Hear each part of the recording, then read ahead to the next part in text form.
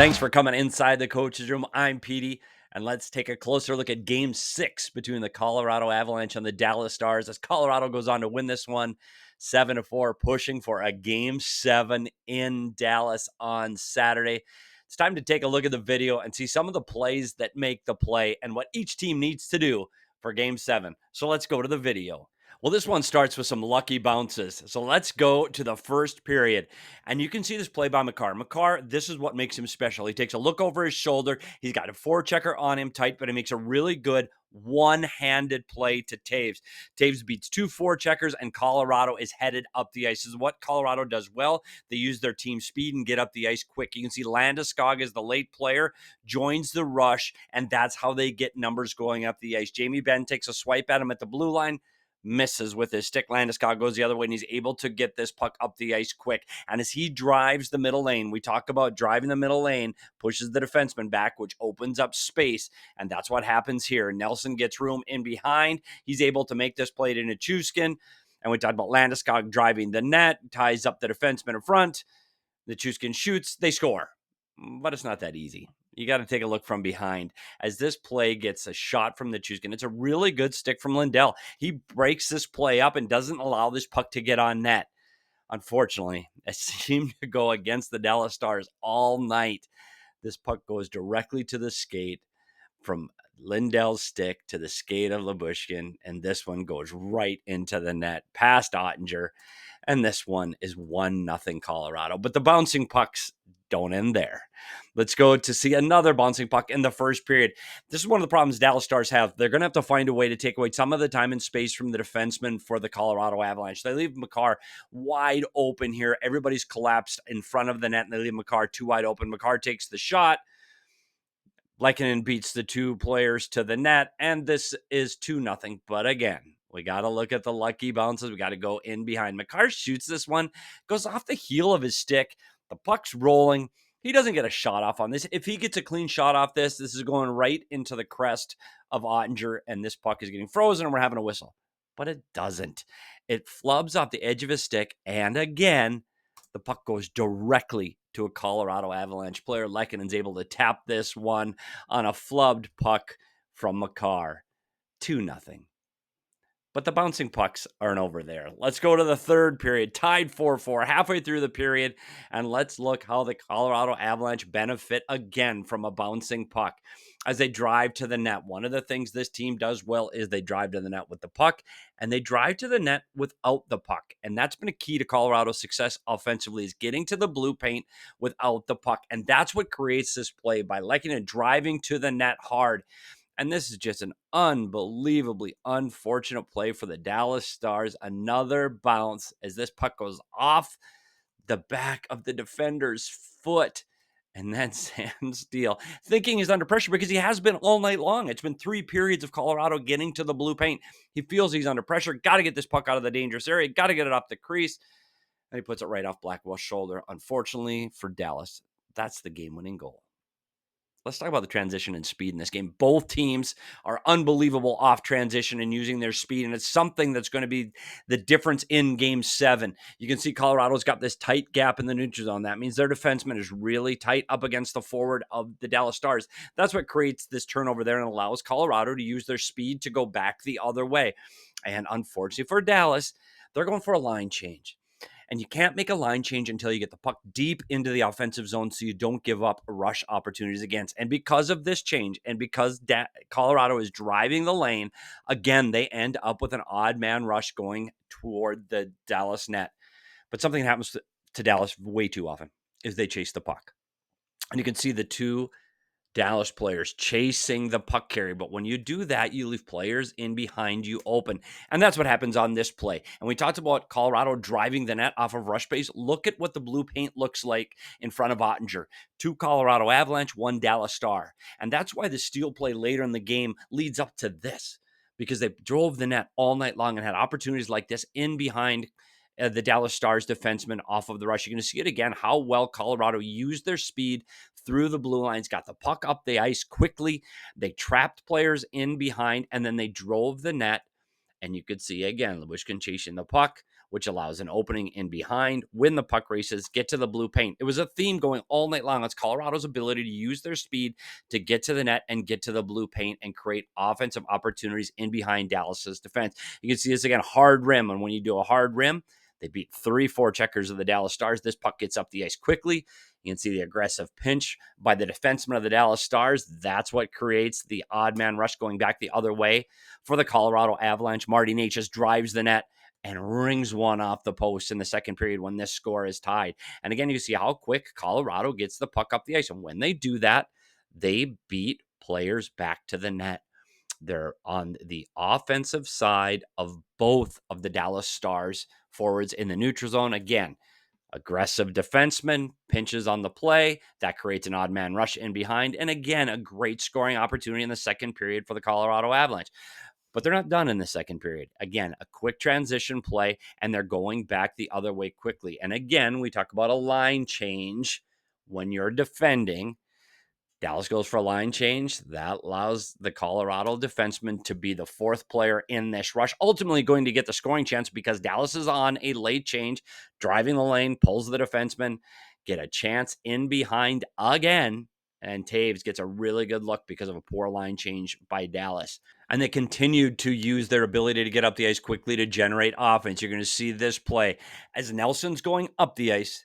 Dodanov's going back into the offensive zone. You get those two players going in opposite directions, and Girard's able to get the puck by up the wall. That's what creates the odd man rush for the Colorado Avalanche. And as they get to the blue line, it's a 3-on-2, and we keep talking about driving the net for Colorado. Well, it makes a difference. And these are two defenders for Dallas to get caught in no man's land. They don't go to the puck carrier. They don't go to Landeskog. And they don't take the guy driving the net behind him, Nelson. They're stuck in the middle. Nobody goes with either one. And if the defenseman could have stayed with Nelson, this play doesn't happen. Because if the defender stays with Nelson, then Lyubushkin in front of the net can stay with Nichushkin. And it's a 2-on-2 in front of the net. Back checker takes Landeskog, and everything's fine. But the two Dallas players don't take anybody. And because of that, it allows another 2-on-1 at the net in the blue paint. Nichushkin off of his knee pad onto his stick. 4-4 for Colorado. Again, using their speed. Dallas needs to do this in Game 7. This is important for Dallas to take away the middle of the ice, and they need to defend this area of the ice against Colorado off the rush. They have to stay on the defensive side, and they have to protect the middle of the ice against Colorado in Game 7 so they do not give up opportunities off of the rush. And the other player they need to keep attention to off of the rush is Nathan MacKinnon. They need to keep him to the outside. They can't let him get to that area of the ice. There's a great job by them pushing him to the outside and getting the puck back. That's how they need to play in Game 7 to be successful and control the speed of the Colorado Avalanche. But it wasn't just Colorado using their speed. It was Dallas too. And this is how Dallas gets on the scoreboard. Their ability to stretch the zone, use their speed, and get in behind the defense of the Colorado Avalanche. And one player to watch out for is Roope Hintz.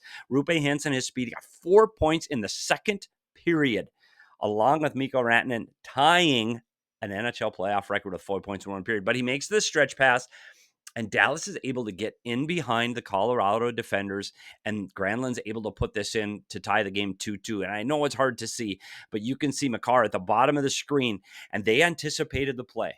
Granlund anticipated they were going to get offensive zone possession of this puck, and he beats Makar up the ice because he anticipated this play, and his speed is able to create this and tie the game 2-2. But you're going to see Hintz again and his ability to use his speed to get up the ice again in another play.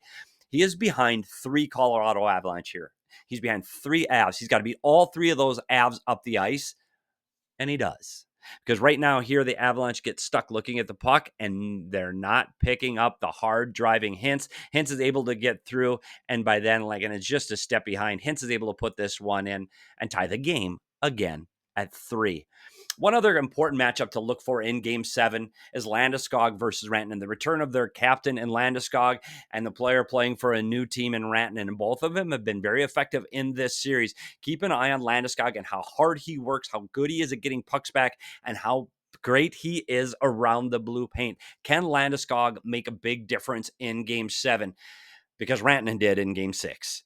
And you cannot leave Rantanen all alone. We talked about watching the puck. Look at Manson drift to the puck, which leaves Rantanen all alone in the middle of the ice. You cannot leave Rantanen alone in that area of the ice. He is leading the Dallas Stars on points. He got 4 points in the second period in this game. One of these two players can step forward and be the difference maker for their team in Game 7. I want to look quickly at the Dallas Stars power play. They've got power play goals in 5 of the 6 games in this series. And it could be an important factor in Game 7. And again, look at Mikko Rantanen, his ability to get to the blue paint. And this makes a difference in this play. Why? Well, because it causes the goaltender Blackwood to lose his stick. And I know it happens way later, but he never gets the opportunity to get his stick back. So as the puck comes up the ice, and Colorado does a good job defending this, but Dallas just is able to get it to the flank, and they're able to deliver the puck to the net. And Rantanen's again in front of that, making this great play to Hintz. It's a great down low play, quick, gets the puck in, and they're able to score. But we got to go in behind again. And this time you've got to see how Rantanen's play, it gets off 24, but then it goes off Coyle's shin pad and past Blackwood. And if Blackwood has his stick, that stick is across the ice, and this goal doesn't go in. It's the little details that happen 20 seconds prior that create the goal later against Blackwood and on the power play. Colorado needs to get offense from their defense. They were able to do it all night in this game again. You can see what happens to Dallas when they get puck focused and puck watching. They are all on the strong side of the ice, leaving the weak side wide open. They're going to have to do a better job because you see Manson come in all alone and ring one off the post in the second period. And it was all about Makar. You're going to have to defend their defense. Makar's ability to generate offense for this Colorado team is absolutely elite. He gets 3 points in Game 6, but you can see what happens again when this puck pops out. You're going to see the defenders of Dallas puck watching again. And when you puck watch, you leave openings in behind. And look at Marty Necas wide open in behind, driving the net because they get puck focused. But this is an elite pass from Makar to Necas. And he's able to tap that in. So Colorado takes the 3-2 lead. Again, it's Makar again. When he's on the ice, you need to stay above him. You cannot give him this kind of ice in behind. You can see, again, Dallas attacks the puck carrier. They leave all this room to Makar. Makar walks down the middle of the ice with this much room. And again, he cannot beat Ottinger. Here's Makar again coming into the offensive zone, getting an opportunity in front of the net all alone. And again, Ottinger shuts the door again. So how is he ever going to score in the series? Well, you take Hintz out of the net. And that's how Makar finally gets his first goal of the series with the empty net, making this one 7-4. And let's see if he can make a difference in Game 7. Next up, Game 7 for these two teams. These teams are very equal. They both attack the net hard off of rush plays through transition through the neutral zone. Whoever can limit their turnovers in the neutral zone is going to have an advantage in this game. Special teams, Colorado hasn't had a power play goal in 2 games after being really hot with MacKinnon early in this series. It's going to be a difference. Dallas has scored power plays in 5 of 6. Whoever has the stronger power play is going to have the advantage. Can Colorado's offense come from their defense? Can Makar make a difference? And the Landeskog-Rantanen matchup, will it be a difference in this series? And as always, when you get to Game 7, it's about the goaltending. Can Ottinger finally get his team and be the playoff goalie they want him to be year after year after year? Maybe this is the year for Ottinger. So it's Colorado's speed against Dallas's goaltender. Who's going to win this one in Game 7? It's a great matchup. Can't wait for it on Saturday. And as always, we'll be right here inside the coach's room when this one's over to break it all down on video and see what went right and what went wrong. Thanks for coming inside the coach's room today. I'm Petey, and we'll see you at the rink.